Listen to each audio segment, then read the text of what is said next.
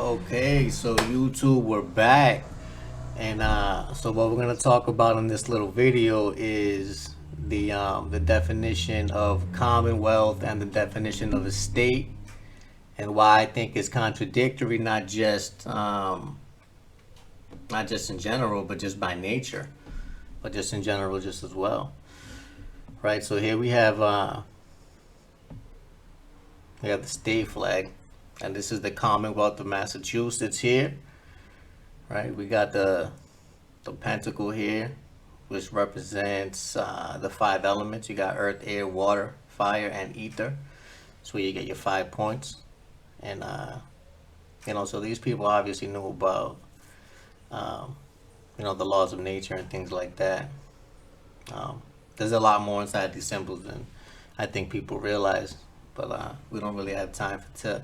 I'm gonna try to streamline this. I spent a few minutes thinking about how I could possibly put this in a format, maybe like a pre-thought of speech for this thing, but it's so multifaceted. It was just taking up too much time to even try to figure out how to line this up to put it out. So we're just gonna kind of go over it and read it. Again, my name is Tone, Toone, and the reason why I'm using Massachusetts for this one is because that's where I'm from. Actually, I'm from Lawrence, Massachusetts. Mass in general is an awesome place too. So, but it is a commonwealth, and that's the point I'm trying to make: is that Massachusetts is a commonwealth. What is the definition? The legal definition of commonwealth is an independent country or community, especially a democratic republic. Right. So a democratic republic is where people vote on things, and you still retain your individual rights as a sovereign, as an individual sovereign person. Right? So democratic in the sense that you'll take votes, but republic in the sense that if you don't agree with it, you're not going to be bound by it. That's what a commonwealth is. An aggregate or grouping of countries or other bodies, a union or commonwealth of democratic self-governing countries, also another definition of commonwealth. A community or organization of shared interest in a non-political field. And they use example of the Christian Commonwealth, which is obviously a political field because Christians are registered churches with the state. They're a nonprofit organization, so they got an EIN number and all that too. It's definitely a part of the government. Any religion. An international association consisting of the UK together with states that were previously part of the British Empire and dependencies. The British monarch is the symbolic head of the Commonwealth. And then the third is the general good. And so, you got to be careful too, because these people, they'll use dictionaries and make up definitions for words that we already use in a different way to try to plug themselves into everybody else's law. Crazy, but this is what they do.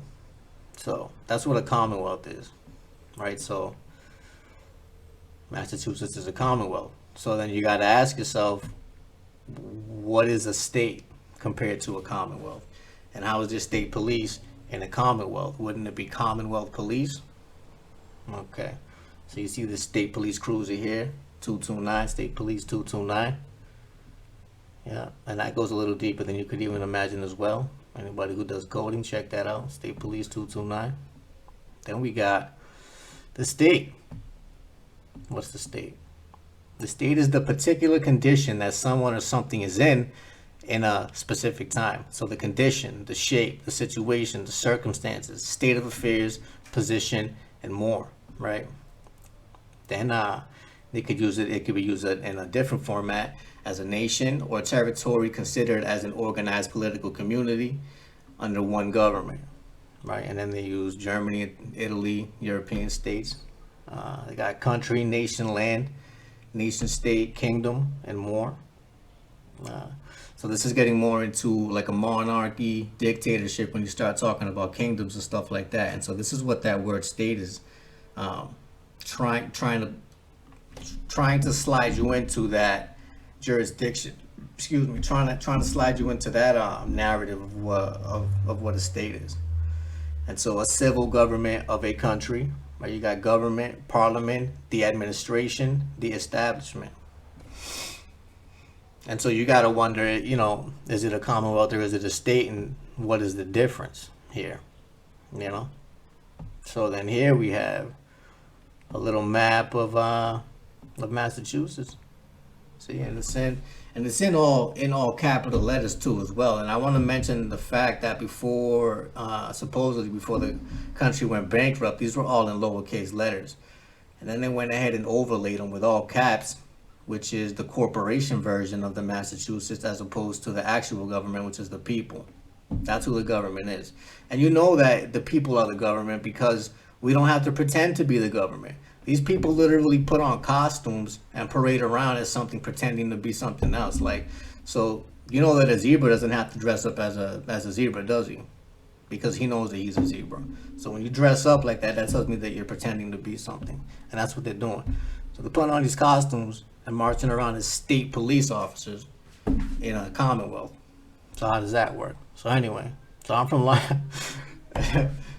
Lawrence, Massachusetts anyway, and so this is a little map of where it is that I'm from, which I'll be visiting again shortly too, because I got some issues that I got to take care of, and that's another reason why I use Massachusetts for this video too. I ran into some problems with a state police officer over there too, and I handed him a contract that I already had with the Supreme Court and all that, and in that it referenced the state constitution and all that, right? And so this gentleman, to be a police officer, you have to be a sworn officer. So you swear an oath to the state constitution. And so when I handed that to him and he laughed at it, right? This is the same document that he signed the oath to uphold, mind you. And he goes ahead and tells me that state law supersedes that. Well, how does that work? So I had to make this video because obviously they have people out there that are armed thinking that they know what they're talking about like that. And that can end up presenting an issue with somebody like myself who actually does know what he's talking about, because then you're going to end up in a stupid little ego battle. That shit is not necessary when all the documentation is right there. And if I put it in your hand and let you know what it is and you're going to laugh at it, you obviously don't know what you're doing. You probably should not be working there, you know what I'm saying? Let alone be out there armed, acting like you know what you're talking about. So moving on. So we go to, this is the map here. I love Massachusetts too. It's an awesome place, by the way.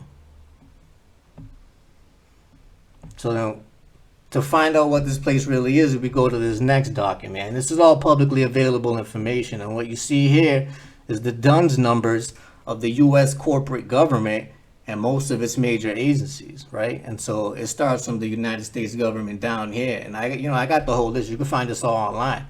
So these are publicly traded corporations that are obviously a for-profit business. Like who would invest in a business that's not a for-profit business? People invest to make money, so that puts them in a position of where they have to make money now. And where they're getting it from? They're getting it from you.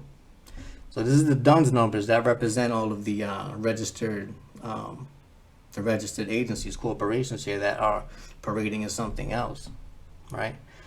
And then so